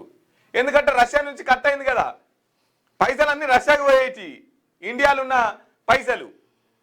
అట్లా ట్రంప్ గారికి కోపం వచ్చింది. కోపం వచ్చి అట్టట్లా పోతే మీ పైసలు రష్యాకి, రష్యాతో మాకు కోపం ఉన్నది కదా, కాబట్టి నువ్వు మా దగ్గరకు వస్తావా లేకపోతే మీకు సుక్కలు చూపియాలా అనేసరికి మోదీగా ఎట్లయితే ఏముంది, మాకు కావాల్సిన చమురాయ, అది ఎవరిస్తేంది అని చెప్పేసి డైరెక్ట్ ట్రంప్తో మా ట్రేడ్ డీల్ చేసుకున్నటువంటి పరిస్థితి. ఇక ట్రేడ్ డీల్ సుమారు 500 బిలియన్ US డాలర్ల ఈ ట్రేడ్ డీల్ని ఓకే అయిందంట. ఇగో ఇప్పుడు జర సంతోష పెట్టిండు ఎవరు, మోదీ గారు కొద్దిగంత ట్రంప్ను సంతోష పెట్టిండు. రైట్, ఇక్కడ పాక్ ఆర్మీపై బలూచ్ పంచ, పాకిస్తాన్ సైన్యంపై బలూచిస్తాన్ లిబరేషన్ ఆర్మీ విరుచుకుపడుతున్నది. ఈ దాడుల్లో మహిళా సూసైడ్ బాంబర్లు పాల్గొంటున్నారు. గత 40 గంటల్లో పాక్ ఆర్మీ పోలీస్ ఫ్యాంట్రియన్ కోర్కు చెందిన 200 మంది హతమార్చినట్టు BLA తెలుస్తున్నది. ఇక పాక్ ఆర్మీ పైన బలూచ్ పంజా విసురుతున్నది. ఇందులో 2 మహిళలు వాళ్ళే సూసైడ్ బాంబులు వేసుకొని క్యాంపులు వేసినటువంటి పరిస్థితి. వాళ్ళు చనిపోతామని తెలిసినా కూడా ఆ బాంబులు వేసుకొని క్యాంపుల మీద ఉండి ఆ క్యాంపును వేల్చేసిరు, వాళ్ళు చనిపోయారు. ఇక ఎన్నికల్లో పోటీ కోసం కన్నబిడ్డనే కడతెచ్చాడు. సర్పంచ్గా పోటీ చేయాలంటే 3 పిల్లలన్న నిబంధన అడ్డొస్తుందని కన్నబిడ్డనే హత్య చేశాడో వ్యక్తి, మహారాష్ట్రకు చెందిన వ్యక్తి. తన బిడ్డ నిజామాబాద్ జిల్లా ఎడపల్లికి తీసుకొచ్చి ఈ దారుణానికి పాల్పడ్డాడు. ఇది ఎప్పుడు జరిగిందంటే సర్పంచ్ ఎలక్షన్స్ దానికి సంబంధించి జరిగింది. విషయం ఏంటంటే ఈయనకు 3 పిల్లలంట. ఇక 3 పిల్లలు ఉంటే సర్పంచ్ ఎన్నికలకు అర్హుడు కాదు కదా. మన దగ్గర ఎత్తేసిరేమో కాదు, ఎత్తలే ఉన్నదా. సో కాదు కాబట్టి ఏమైంది, ఒకరిని చంపితే 2 ఉంటారు కదా అని చెప్పేసి సర్పంచ్ పోటీ చేయడానికి కన్న బిడ్డనే కడతెచ్చినటువంటి పరిస్థితి. ఎంత దుర్మార్గంగా ఉండేది చూడురి ఈ అధికార దాహం, ఈ ఓట్ల రాజకీయాలు. ఓటు కోసం, పదవి కోసం కన్న బిడ్డనే చంపుకున్నారు. రైట్, దలైలామాకు గ్రామీ అవార్డు. టిబెటన్ ఆధ్యాత్మిక గురువు దలైలామా గ్రామీ అవార్డును గెలుపొందారు. ఆయన రూపొందించిన the reflection of holiness the Dalai Lama album best audio book narration story telling record విభాగంలో గ్రామీ అవార్డు గెలుచుకున్నది. ఇక సార్ గారు బుక్ రాస్తే గ్రామీ అవార్డు గెలుచుకుందట. సైబర్ నేరాల కట్టడికి షీల్డ్ 2026 కమాండ్ కంట్రోల్ సెంటర్ వేదికగా సదస్సు 5న ప్రారంభించనున్న సీఎం రేవంత్ రెడ్డి తర్వాత పాల్గొనున్న 14 రాష్ట్రాల సైబర్ నిపుణులు, పోలీస్ అధికారులు. రైట్, ఇక నేరాల కట్టడి షీల్డ్కి సంబంధించి 2026 5 తారీఖు నాడు ఇది స్టార్ట్ అవ్వబోతున్నదంట. బుజ్జగింపులు, బెదిరింపులు మున్సిపల్స్లో రెబల్స్తో విత్డ్రా చేయించేందుకు నేతల విశ్వ ప్రయత్నాలు. బీఆర్ఎస్ బీజేపీతో పోలిస్తే కాంగ్రెస్లోనే ఎక్కువ మంది రెబల్స్. అసంతృప్తులను బుజ్జగిస్తున్న మంత్రులు, ఎంపీలు, ఎమ్మెల్యేలు, సీనియర్లు. పలు చోట్ల దారికి వస్తున్న మరికొన్ని చోట్ల బెట్టు మరికొన్ని చోట్ల బెట్టు. అలాంటి వారికి స్ట్రాంగ్ వార్నింగ్లు. టికెట్ల కోసం జగిత్యాల, సూర్యాపేటలో ఆశావాహుల హత్యాయత్నం. పార్టీ కోసం కష్టపడిన వారికి కాకుండా పారాచ్యూట్ నేతలకు టికెట్లు ఇస్తున్నారని ఆవేదన. నేడు మధ్యాహ్నం 3 గంటల వరకు విత్డ్రాకు ఛాన్స్ ఉంది. ఇప్పటిదాకానే చెప్పినాగా, ఇక ఎవరన్నా ఈ మావోడే మొన్నటిదాకా ఆడున్నాడు కానీ బీఆర్ఎస్లో ఉన్నాడు, బీజేపీలో ఉన్నాడు, ఇవాళ మావోడే, నాకు తెలిసినోడే, మంచోడు, బాగా పైసలు ఉన్నాయి, గిన్కిత్తే గెలుస్తాడు అని కష్టపడ్డ వాళ్ళందరికీ ఎగనామం పెట్టేటువంటి కాంగ్రెసు ఆడ చెప్పిరు కదా, ఆల్రెడీ చెప్పకనే చెప్పిరు. ఇక ఇప్పుడు వార్నింగ్లు డైరెక్ట్. అవసరం అనుకుంటే నువ్వు ఏ పదవికి అది రాకుండా చూసుకుంటాం, నువ్వు చెప్పినట్టు వినకపోతే విత్డ్రా చేసుకోకపోతే అని కూడా బాగా బెదిరిస్తున్నట్టు కూడా తెలుస్తూ ఉంది. మున్సిపల్ ఎన్నికల్లో రెబల్స్కు పోటీ నుంచి తప్పించేందుకు నేతలు సామ, దాన, భేద దండోపాయాలు ప్రయోగిస్తున్నారు. నామినేషన్ల ఉపసంహరణకు మంగళవారం సాయంత్రం 3 గంటల వరకే అవకాశం ఉండడంతో 3 ప్రధాన పార్టీల్లోని ముఖ్య నేతలంతా రంగంలోకి దిగి అసంతృప్తులను నయానో భయానో దారికి తెచ్చుకుంటున్నారు. కాంగ్రెస్ నుంచి మంత్రులు, ఎమ్మెల్యేలు, డీసీసీ అధ్యక్షులు, బీఆర్ఎస్ నుంచి మాజీ మంత్రులు, ఎమ్మెల్యేలు, బీజేపీ నుంచి ఎంపీలు, ఎమ్మెల్యేలు, ఇతర ముఖ్య నేతలు సోమవారం జిల్లా కేంద్రాల్లోనే అడ్డా వేసి అసంతృప్తులతో మంతనాలు కొనసాగించారు. ఓవైపు నేతలు రెబల్స్ను బుజ్జగించే పనిలో ఉండగా మరోవైపు ఆశావాహులు టికెట్లు దక్కించుకునేందుకు చివరి ప్రయత్నాలు చేస్తున్నారు. కొందరు బ్లాక్మెయిలింగ్ కుదిగుడుతుండగా ఇంకొందరు ఏకంగా ఆత్మహత్యలకు పాల్పడుతున్నారట. జాగ్రత్తనే, పాడం పోతే నీ వాళ్ళ డబ్బీసి ఈ ఎలక్షన్లు మళ్ళా కాకపోతే మళ్ళీ వస్తాయి, నీకు మళ్ళోసారి పోటీ చేయొచ్చు. వాస్తవానికి రేవంత్ రెడ్డి చెప్తూనే ఉండు, ఈడ లంక బిందెలని వచ్చినాము, కుండలు లేవు, ఈడ గది లేవు, పైసలు లేవు, మరి నువ్వే రకంగా దోసుకుందామని వస్తున్నావు, ఇన్ని కోట్లు ఖర్చు పెట్టుకొని, కానీ ఆడ లేదట, జర సపడే కూకో, ఎందుకా మనకి ఇది, ఇండిపెండెంట్గా పోటీ వాళ్ళ పార్టీ నుంచే పోటీ చేయాల్సిన అవసరం ఏముంది, ఆ టికెట్ కావాల్సిన అవసరం ఏముంది, చచ్చిపోతే పానం వస్తుంది. ఇదంతా ఏ కురి వాడవాడో గాడిద కొడుకు ఆడ బిడ్డను చంపిండట, నీ పానం జాగ్రత్త. ఇవాళ కాకపోతే బతుకుంటే బఠానీలు అమ్ముకునైనా బతుకోవచ్చు, అవసరమానే ఇట్లా. ఈయన రాహుల్ వర్సెస్ రాజ్నాథ్, ఆర్మీ మాజీ చీఫ్ నరవణే రాసిన బుక్పై లోక్సభలో రగడ.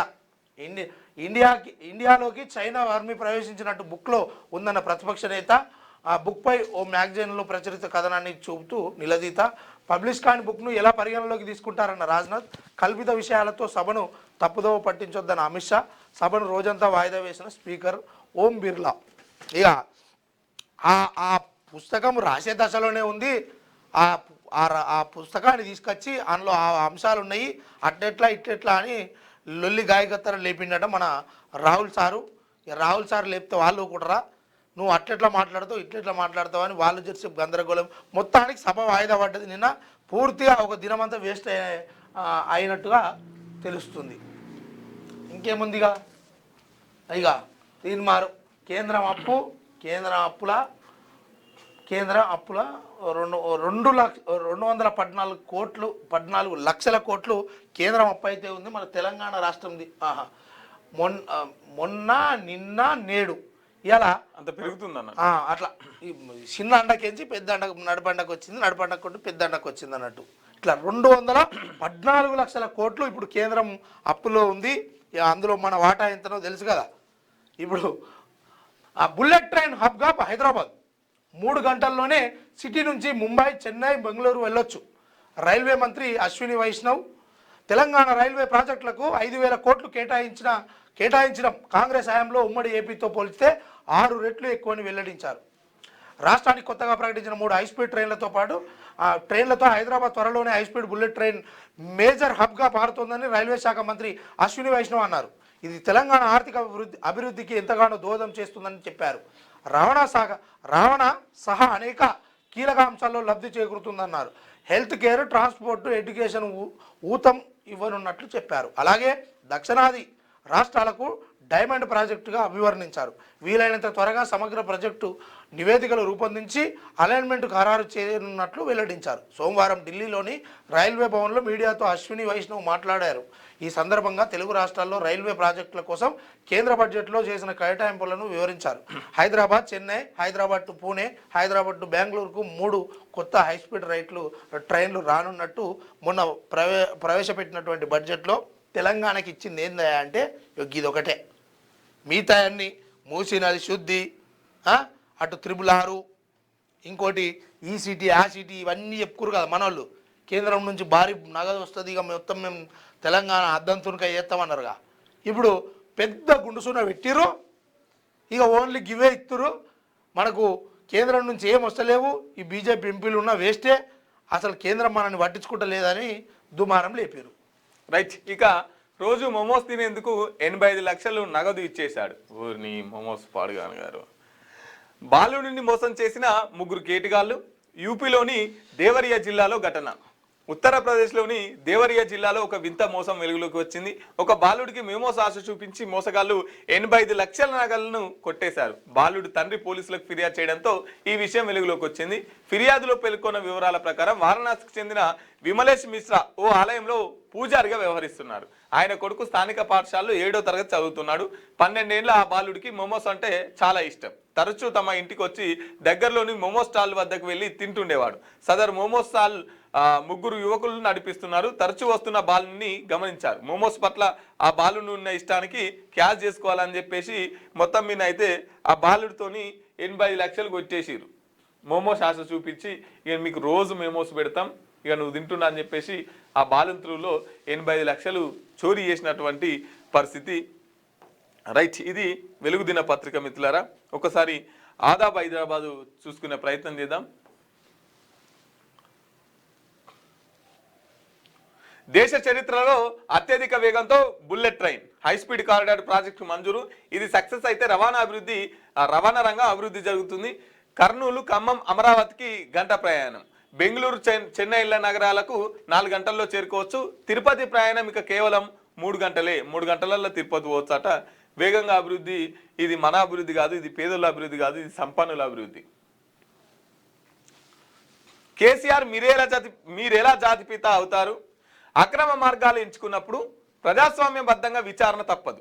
ప్రజలు తిరస్కరించినప్పుడు అర్థం చేసుకోవాలి. మీరు చేయాల్సిన తప్పులన్నీ చేశారు.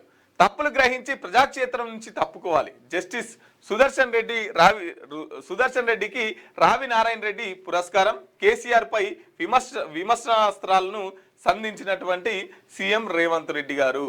రైట్.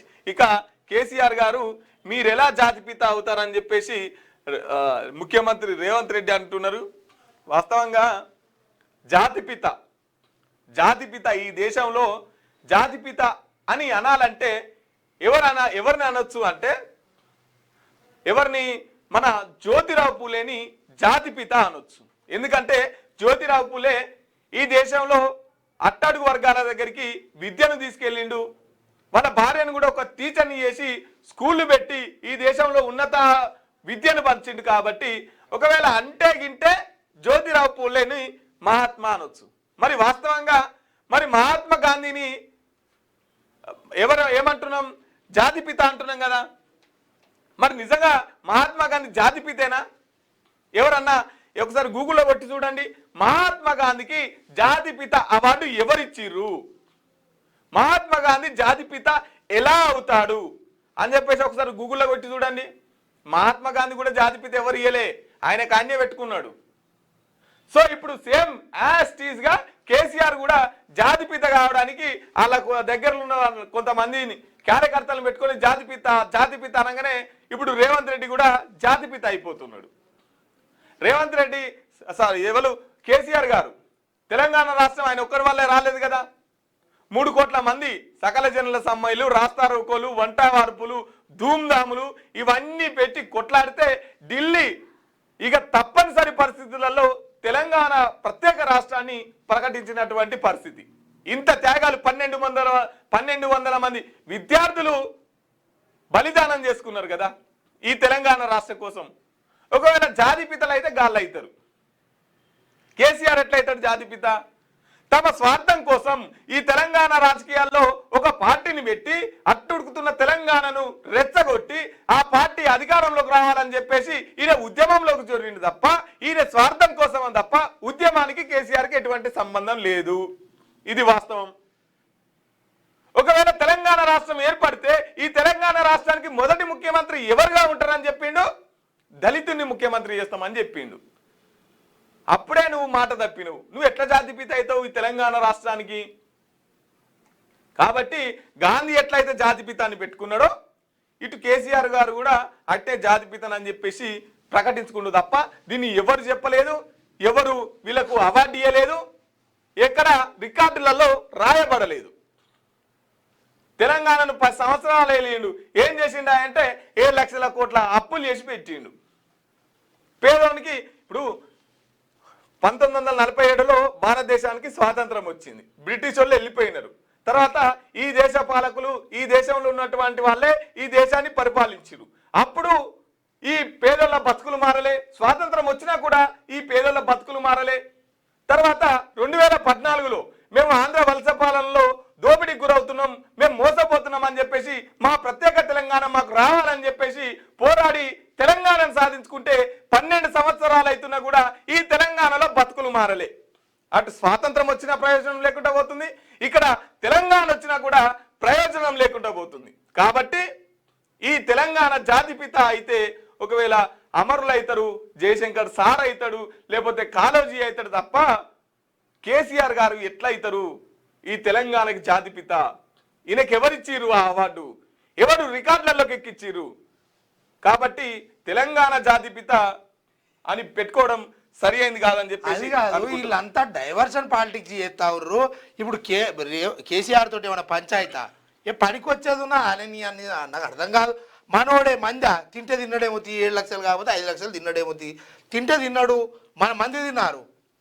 మన రాష్ట్రపోడే కదా, మనోడే కదా.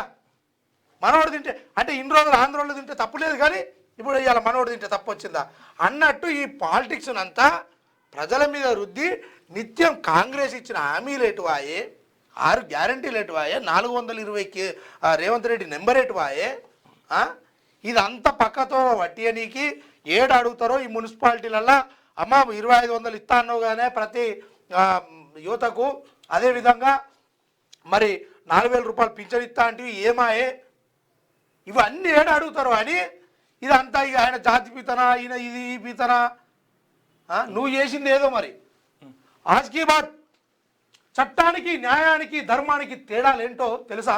ఒక వ్యక్తి నువ్వు అడగగానే 1,00,000 రూపాయలు ఎలాంటి ప్రామిసరీ నోట్లు లేకుండా, నోట్లు గ్యారంటీలు లేకుండా ఇచ్చి నిన్ను నిలబెట్టాడు.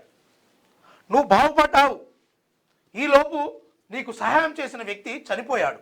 ఆయన భార్య పిల్లలు బజారున పడ్డారు.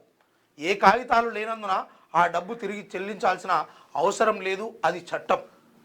తప్పకుండా ఆ డబ్బు వడ్డీతో సహా చెల్లించాలి. అది న్యాయం.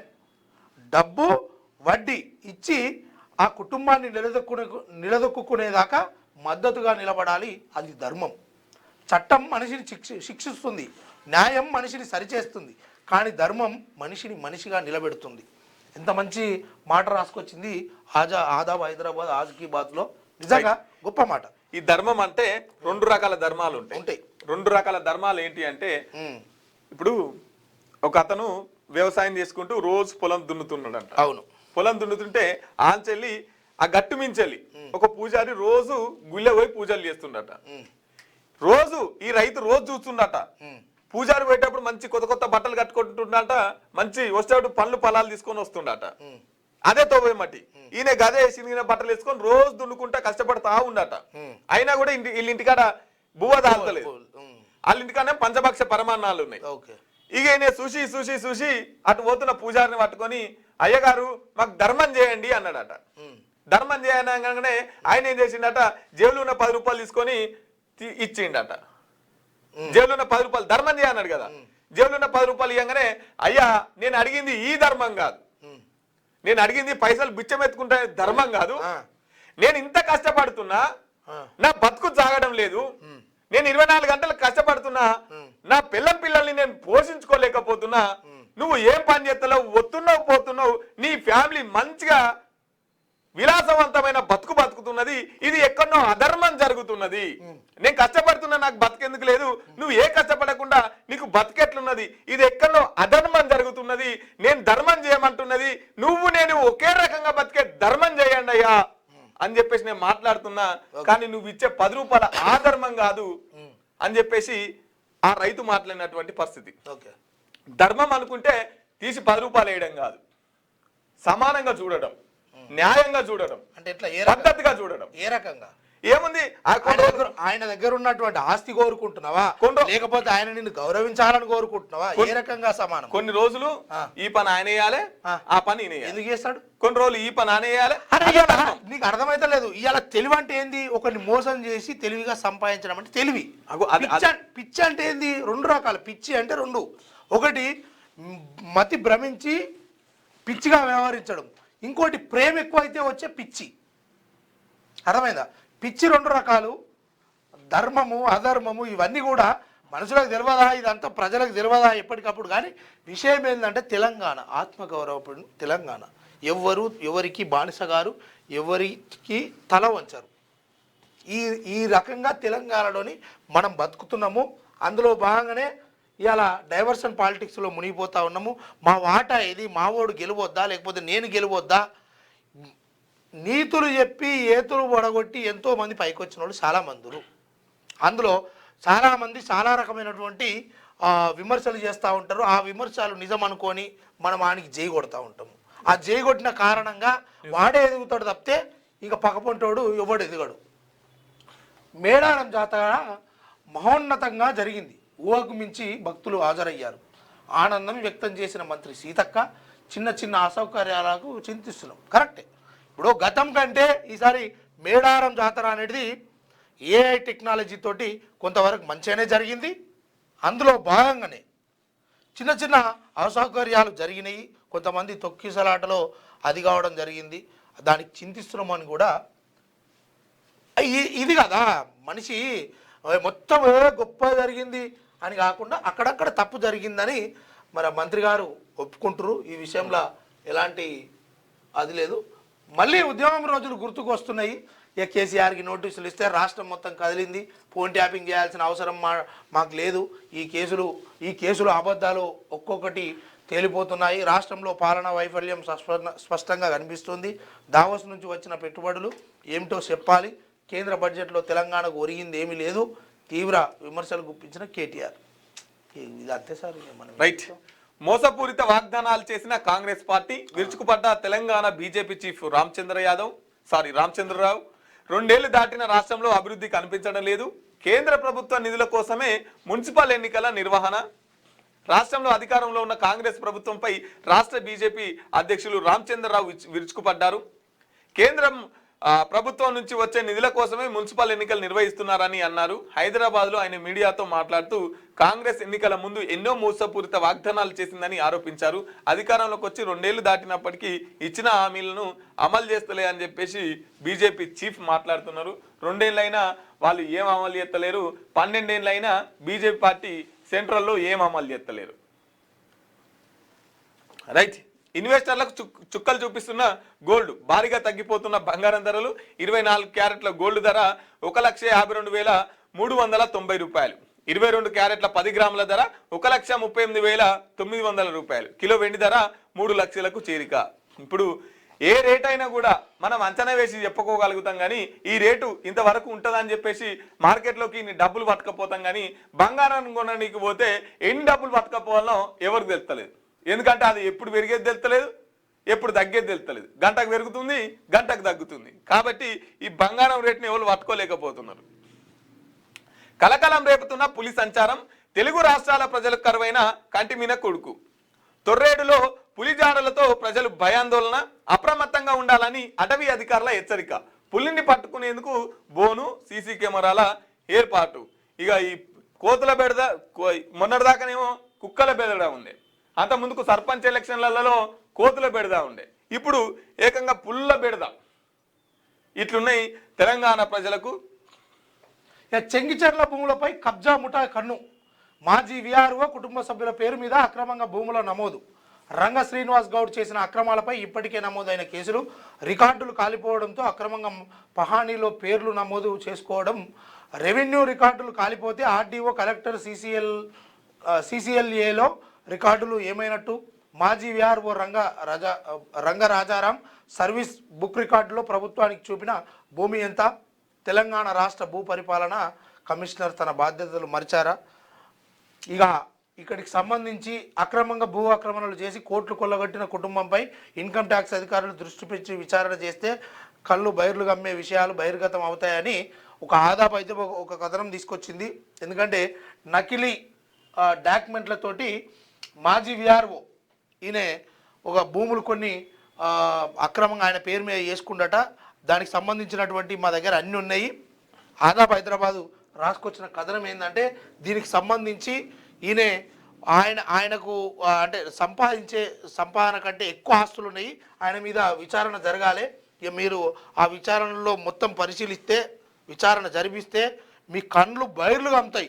ఆయన ఆస్తి ఎంత సంపాదించాడు అక్రమంగా అనేది మా దగ్గరనే లెక్కలు ఉన్నాయి. కానీ మీరు ప్రత్యక్షంగా దాడి చేస్తే మాత్రం పట్టుకోవచ్చు అని ఒక వార్తనైతే తీసుకొని ఇట్లా చాలామంది దొంగలు చేసిరు. ఇట్లా చాలామంది, ఒక్కరిద్దరు కాదు, ఆఫీస్కి వచ్చే కేసులలో చాలామంది ధరణి దరిద్రం దొంగ కేసీఆర్ చేసినటువంటి కార్యక్రమంలో చాలామంది పాపం నిజంగా అవి ఒక్కొక్కడు 1980-90 దాకా ఈ రికార్డులు ఏవైతే రాతపూర్వకంగా ఉన్నాయో ఆడ పోయి మెల్లపోయి ఈ పేర్లన్నీ కొట్టేసుడు. ఓడైతే వారసత్వకంగా తుర్కొల్ల భూమి హిందువులకు వారసత్వం వచ్చిందట. ఎట్లొచ్చిందో మరి ఆ కేసీఆర్ చెప్పాలి, అదేంది ఆ ధరణి పెట్టినోడు తీసుకురమ్మనోడు చెప్పాలి, లేకపోతే అక్కడ నిర్వహించినటువంటి ఉంటారు కదా అధికారులు వాళ్ళన్నా చెప్పాలి. అది కొట్టేసినోడు, అది ఎక్కించినోడు వాళ్ళు తప్పనిసరిగా చెప్పాల్సి ఉంటుంది. దాని గురించి రైట్. మేము ఎవరి మీద కక్ష సాధించడం లేదు. ఫోన్ ట్యాపింగ్ దుశ్చర్యలు బయటపడతాయి. దోషులు ఎవరో తేల్చాల్సిన బాధ్యత ఉంది. తప్పు చేసిన మా మీదే అభియోగాలు మోపుతున్నారు. ఎంతటి వారైనా శిక్ష తప్పదు. మంత్రి శ్రీధర్ బాబు వెల్లడి. ఇక ఎంతటి వారైనా ఫోన్ ట్యాపింగ్ కి సంబంధించి ఇక మేమేం కక్ష సాధింపులకు చేయట్లేదు, చట్టం తన పని తను చేసుకుంటూ పోతుంది అని చెప్పేసి మాట్లాడుతున్నారు శ్రీధర్ బాబు గారు. రైట్. భారత్కు గుడ్ న్యూస్ చెప్పిన ట్రంప్, ప్రధాని మోదీతో ట్రంప్ ఫోన్ కాల్, అనంతరం ట్రూత్ సోషల్ మీడియాలో పోస్ట్, టారిఫ్లు 25% నుంచి 18% తగ్గింపు. మొత్తం 50 నుంచి 7% తగ్గినట్టు. ఒకసారి నమస్తే తెలంగాణ పత్రిక చూసుకుందాం. నువ్వే అవుతావు. ఇక వాణిజ్య ఒప్పందానికి ఓకే, భారత్ అమెరికా అంగీకారం, భారత్పై టారిఫ్లు 25% నుంచి 18% తగ్గింపు, ప్రతిగా అమెరికాపై సుంకాలు 0% భారత్ తగ్గిస్తుంది, అమెరికా అధ్యక్షుడు ట్రంప్ ధీమా. నమస్తే తెలంగాణ. ఇక చైనా చొచ్చుకొస్తుంటే చేతులెత్తేసిన మోదీ. 2020 గల్వాన్ ఘర్షణ సమయంలో సరిహద్దుల వైపు చైనా సైన్యం ఎలా ఎదుర్కోవాలో ఆదేశాలు ఇవ్వాలని కేంద్రాన్ని కోరిన ఆర్మీ చీఫ్ నరవనే. పరిస్థితి చేదారుతున్న కేంద్రం తాత్సాహారం. 4 స్టార్స్ ఆఫ్ డెన్సిటీ పుస్తకంలో నవరనే సంచలన విషయాలు. ఇక చైనా సొచ్చుకొని వస్తున్నది, చైనా అంతకింతే మన భారతదేశానికి సొచ్చుకొని వస్తుంది. దీన్ని ఎట్లా ఎదుర్కోవాలో కేంద్రం సప్పుడు ఎత్తలేరు, మాకు ఆదేశాలు ఇవ్వని చెప్పేసి ఓ పుస్తకంలో రాసినటువంటి పరిస్థితి. ఇక ఏడాదిలో కాదు 5 ఏళ్లలో 2 లక్షల ఉద్యోగాల భర్తీ. అటు ప్రియాంక గాంధీ, రాష్ట్రంలో కాంగ్రెస్ ప్రభుత్వం రాగానే నిరుద్యోగ యువతకు ఏడాదిలో 2 లక్షల ఉద్యోగాలు భర్తీ చేస్తాం, అమలు చేయకపోతే ప్రభుత్వాన్ని ప్రశ్నించండి అని చెప్పేసి ప్రియాంక గాంధీ వాళ్ళు ఇచ్చిన హామీలు అయితే ఏవైతున్నాయో 2 ఏళ్లలో మన సారు మన ఏలువారు ఉన్నప్పుడు గీ ఇందిరా పార్క్ కాడ ధర్నా అని ఎప్పుడైనా పేపర్లు వచ్చిందానే? ఆ ధర్నా చౌకులు ఎత్తి మనం ఇప్పుడు ఎప్పుడు నీ గురించే మాట్లాడుకోవాల్సి వస్తుంది కేసీఆర్ గారు. ఎందుకంటే మీరు ప్రభుత్వంలో ఉన్నప్పుడు చేసినటువంటి కథలు కార్యక్రమాలు ఇవి ఇప్పుడు పక్కకు పెడితే తెలంగాణ రాష్ట్రంలో కాంగ్రెస్ ఇచ్చిన హామీల పట్ల మీరు మాట్లాడండి. అటువైపు ప్రజలకు అండగా నిలబడి మాట్లాడండి. అంతేగాని మీరేం ఏమి సుధపూస ఏలువాడు ఏం చేయలేదు. ఈ తెలంగాణ రాష్ట్రాన్ని మరింత అద్దంతునికి ఏం చేయలేదు. బంగారు తునిక ఎత్తా అంటే రైట్. నిరుద్యోగ యువతపై పగ, నిలువెల్ల దగ. పాత దరఖాస్తులన్నీ రద్దు, కొత్తవన్నీ పెండింగ్. ఏడాదిగా యువ వికాసం కోసం ఎదురుచూపు. గత ఫిబ్రవరిలో ఇస్తామన్న రాష్ట్ర సర్కార్ ప్రకటన. దరఖాస్తుల స్వీకరణ మొదలే కాని పథకం. మరోవైపు బీఆర్ఎస్ హయాంలో స్వీకరించిన 10 లక్షలకు పైగా యువత దరఖాస్తుల తొలగింపు. రుణాల కోసం నెలలుగా దరఖాస్తుల నిరీక్షణ. పథకం మూసే ఎత్తని ముఖ్యమంత్రులు మంత్రులు. ఇక నిరుద్యోగ యువతకు నిరుద్యోగ భృతి ఇస్తామన్నారు. 2 లక్షల ఉద్యోగాలు ఇస్తామన్నారు. సంవత్సరంలోనే ఫీజు రియంబర్స్మెంట్ చేస్తా అన్నారు. ఇవి ఏవి చేయలేదు. నిరుద్యోగులంతా మళ్ళీ రోడ్ల మీదకి వచ్చి కొట్లాడుతున్నటువంటి పరిస్థితి. వాళ్ళని మళ్ళీ సేమ్ అప్పుడే ఎట్లా చేసిరో, గత ప్రభుత్వం ఎట్లా చేసిందో వీళ్ళు కూడా అదే పోలీసులను పెట్టి అడ్డుకుంటున్నటువంటి పరిస్థితి. ఎంతసేపు కాంగ్రెస్ పోతే బీఆర్ఎస్, బీఆర్ఎస్ పోతే కాంగ్రెస్, ఇక ఇంకో ప్రత్యామ్నాయ పార్టీయే లేదు. ఎవడు తీసుకొచ్చినా కానీ వారి ప్రయోజనాల కోసమే తీసుకొచ్చే దృశ్యంగా జరుగుతుంది. ప్రజలు మేల్కోవాలి. ప్రజలు ఈ విషయాన్ని స్పష్టంగా అర్థం చేసుకోవాలి. నిజంగా ఏం జరుగుతుంది తెలంగాణ రాష్ట్రంలో? ఎప్పటికప్పుడు డైవర్షన్ పాలిటిక్స్ ఎట్లా చేస్తూ ఉన్నారు? నిజంగా మరి పాలిటిక్స్ మీద మనకు హక్కు లేదా? మన వాటా లేదా? నిజంగా మనము మరి మా ముఖ్యమంత్రి పొజిషన్కు పోద్దా? నూతనంగా విద్యార్థి దశ నుండే రాజకీయాలపైన ఒక ప్రత్యేక దృష్టి పెట్టండి. అటువైపు అడుగులేయండి. అడుగులేసే వాళ్ళని ప్రోత్సహించండి. కానీ ఎప్పటికప్పుడు అణిచే ప్రయత్నం చేయకండి. ఆడోడు దొంగనో లంగనో మనోడే ఉంటాడు. కానీ ఏది మంచి ఏది చెడు అనేది ఒక నిజ నిర్ధారణకు రండి. అంతేగాని ఇక బురద జల్లుకునే ప్రయత్నము, ఈ దొంగలు ఇద్దరు కీసులాట పెట్టుకున్నట్టే ఉంటుంది. కానీ ఇక నేను 5 సంవత్సరాలు అయిపోయింది కదా, నీది 5 సంవత్సరాలు, నీది అయిపోయింది కదా, నేను ఎట్టి పరిస్థితుల్లో వీళ్ళు మనకు అధికార దిశగా ఏం లేదు. మరి కవితకు కూడా పార్టీ పెడుతుందని తెలుస్తూ ఉంది. అందులోనన్నా మెజార్టీగా ఉన్నటువంటి ముదిరాజులకు ఆ పగ్గాలను అంది. లేకపోతే నిజంగా కవితకు కూడా ఒక ఆలోచిస్తున్నట్టు తెలుస్తుంది. ఎందుకంటే ఈటల రాజేందర్ గారిని తీసుకొచ్చి ఈ పార్టీకి కీలకంగా వ్యవహరించే విధంగా చేయాలని అనుకుంటుంది అన్నట్టుగా మనసులో మాట అట్లా తెలుస్తూ ఉంది. మరి నిజంగా ఇప్పుడు ప్రస్తుత పరిస్థితుల్లో ఈటల రాజేందర్ పెట్టాలనుకుంటే ఒక పార్టీ పెట్టలేడా? లేకపోతే నీలమ్మ ముదిరాజు ఒకటి పెట్టలేడా? కానీ ఎందుకు పెట్టలేకపోతుర్రు ఏంది అనేది సన్నాహాలు జరుగుతూ ఉన్నాయి. వాటి విషయంలో తెలంగాణ రాష్ట్రంలో అయితే మరో 2 రాజకీయ పార్టీలు పుట్టబోతున్నాయి అన్న ఒక విశ్వసనీయ సమాచారము అయితే ఉన్నది. ఎంతవరకు వస్తుంది అనేది చూద్దాం. రైట్. విద్వేషం వద్దన వద్దే విషయం చిమ్మిన సీఎం. ఇక నిన్న అవార్డు దానికి సంబంధించి ఇక విద్వేషాలు వద్దన్నాడు, ఆయన విషయం చిమ్ముతున్నాడు అని చెప్పేసి సర్కార్కు సుప్రీంలో ఎదురు దెబ్బ. సోషల్ మీడియాలో పోస్టులు పెట్టే వారి గొంతు నొక్కాలని రాష్ట్ర ప్రభుత్వం కుట్రను సుప్రీంకోర్టు అడ్డుకున్నది. ప్రజాస్వామ్యంలో విమర్శలకు తావులేదనే ధోరణిలో పోలీసు పెట్టిన కేసును హైకోర్టు కొట్టేసిన రేవంత్ రెడ్డి ప్రభుత్వం మొండిపట్టుతో సుప్రీంకోర్టులో వెళ్లి ఓడిపోయింది. BRS social media warrior Shashidhar Goud Nalla బాలుపై పెట్టిన కేసును కొట్టేస్తూ హైకోర్టు ఇచ్చిన తీర్పును రద్దు చేయాలని ప్రభుత్వం దాఖలు చేసిన అప్పీల్ సుప్రీంకోర్టు డిస్మిస్ చేసింది. సోషల్ మీడియా పోస్ట్ ఆధారంగా తెలంగాణ పోలీసులు కేసు నమోదు చేయడం ప్రజాస్వామ్య విలువల విరుద్ధమని భావ ప్రకటన స్వేచ్ఛను గట్టిగానే రాసుకొచ్చిరుగా వీళ్ళు ఉత్తగా ఏడా ఊర్లల్లా వాట్సాప్ గ్రూపులలో క్వశ్చన్ చేసినందుకు పోయి జైలు వేసిరు. ఎన్నో కేసులు పెట్టిరు కదా. వీళ్ళు సోషల్ మీడియా వారియర్స్ గురించి మాట్లాడుతున్నారు. సమ్మక్క రీసర్వే 10 కోట్లకు sketch. Barrage back water effect పై మళ్ళీ అధ్యయనం. గతంలోనే స్టడీ చేసిన ఐఐటి ఖరగ్పూర్ బృందం. అయినా రీసర్వేకు కాంగ్రెస్ ప్రభుత్వం ప్రయత్నం. ఛత్తీస్గఢ్ అధికారులతో కుమ్మక్కైన రాష్ట్ర అధికారి. 50 లక్షల్లోపే పూర్తయ్యే సర్వేకు 10 కోట్లు వచ్చేలా ప్లాన్. తలా 2 కోట్లు పంచుకునేలా చీకటి ఒప్పందం.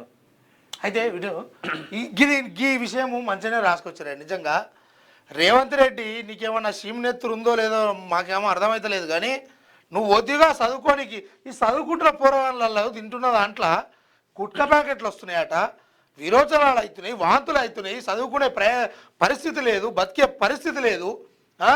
ఇలాంటి కార్యక్రమాలని జరుగుతుంటే విద్యాశాఖ మంత్రిగా నువ్వు నీ దగ్గర పెట్టుకొని ఏం సంగడాస్తున్నావు? పోరాటాలు చచ్చిపోతున్నాడా? నీ పిల్లలకి ఇట్లా చూసుకుంటావా? ఇవాళ నిన్ను సీఎం చేసుకుంది దీనికోసమేనా?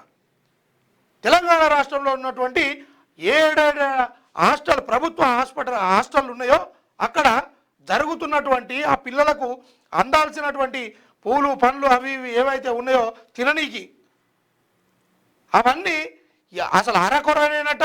అందులో అన్నం పెట్టినా షారు పోసినా పొద్దుంకలు పనులు పడుతున్నాయట. మరి 6 నెలలను తీసేయచ్చు కదా. నీ ప్రభుత్వానికి చెడ్డ పేరు వస్తుందని తెలియదా? ఎన్ని పదవులు నీ దగ్గర పెట్టుకుంటావు? ఇంకా ఎన్ని శాఖలు నీ దగ్గర పెట్టుకుంటావు? అంటే అసలు నీ ఉద్దేశం ఏంది? తెలంగాణ రాష్ట్రంలో ఈ డైవర్ట్ పాలిటిక్స్ ఎంతసేపు కేసీఆర్ మీద మాట్లాడు, వీళ్ళు దొంగలని చెప్పుడు, అంతేగాని నువ్వు చేస్తున్న ఘనకార్యం ఏముంది? పేదవాడికి చదువు దూరం చేస్తున్నావు. ఏమైనా ముగ్గు పోసినావా? ఇంత ఏమైనా చేసినావా? అంటేనేమో నన్ను అంటుర్రు, నన్ను ఏమన్నా అంటే కిరాయి అంటుర్రు, నేను ఓటుకు నోటు అంటుర్రు నన్ను అని లోపల బాధపడుతున్నావు అట. అయింది మంచి బాధ్యత ఇచ్చిర్రు, ఎట్లుండాలి ఉందాగా.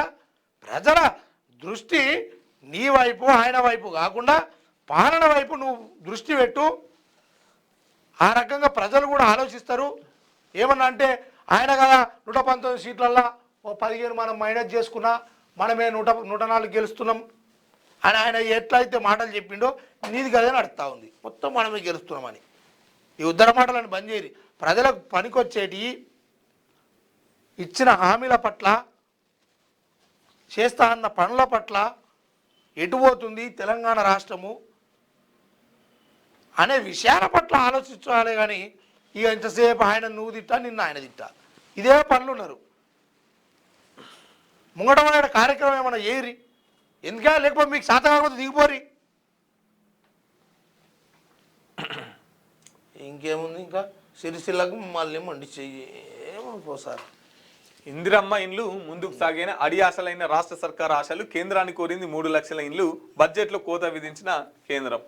ఇక ఏమంటున్నాడు రేవంతే బ్లాక్ మెయిలర్ అని చెప్పేసి కేటీఆర్ అంటున్నారు. ఆ విషయంలో కాంగ్రెస్ ఎవరిని అడిగినా చెప్తారు, సీఎం పదవి అట్లనే తెచ్చుకున్నాడు ఇక అని చెప్పేసి కేటీఆర్ అంటున్నటువంటి పరిస్థితి. మార్నింగ్ న్యూస్ చూసే మిత్రులారా ఒకసారి మన వీడియోని లైక్ చేయండి, షేర్ చేయండి.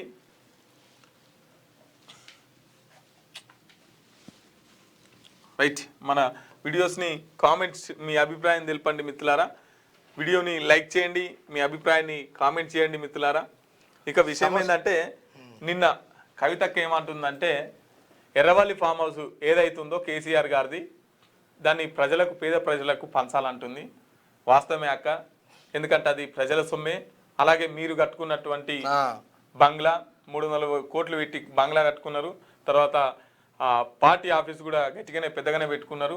అది కూడా ఎవరైతే కల్వకుంట్ల ఆస్తులు ఏవైతే ఉన్నాయో 2014లో ఎంత ఉన్నాయో అంతే ఉండాలి, మిగతా అని అవి ప్రజల ఆస్తులే. అవి డబల్ కానీ అంతేగాని అట్లయితే సరే, వాళ్ళ జీతాలు ఇన్ని రోజులు పనిచేసి కదా, వాళ్ళ శాలరీలు పోను ఎంత ఉన్నాయో అంతే ఉండాలి, మిగతా అంతా ఈ ప్రజలకు పంచాలి అని చెప్పేసి నీ నినాదం ఏదైతే ఉందో దానికి మేము సంపూర్ణ మద్దతును ప్రకటిస్తున్నాం. అది వాస్తవంగా 100% జరగాల్సిన పని. రైట్ మిత్రులారా, ఇక ఇలా ఉన్నాయి మన మార్నింగ్ న్యూస్ వార్తాపత్రికలు రాసినటువంటి వార్తా విశేషాలు. మార్నింగ్ న్యూస్ చూసే మిత్రులు ఒకసారి మన వీడియోని లైక్ చేయండి, కామెంట్ చేయండి.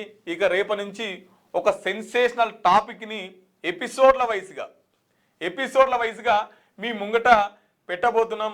ఆ సెన్సేషనల్ ఎపిసోడ్ని ఎట్లా మీ ముంగట పెట్టబోతున్నాం అనేది కూడా రేపు మీ ముంగట చూపిస్తాం. కాబట్టి రేపటి నుంచి ప్రతి ఒక్కరూ మీ వీడియోని స్కిప్ చేయకుండా చూడాలి. అలాగే ప్రతి ఒక్కరూ కామెంట్లలోకి రావాలి.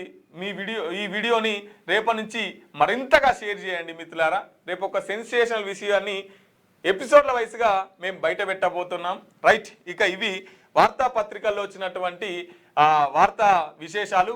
ఇక రేపు వచ్చే మార్నింగ్ ఎపిసోడ్లో మళ్ళీ కలుసుకుందాం. అప్పటిదాకా చూస్తూనే ఉండండి క్యూ న్యూస్. Thank you.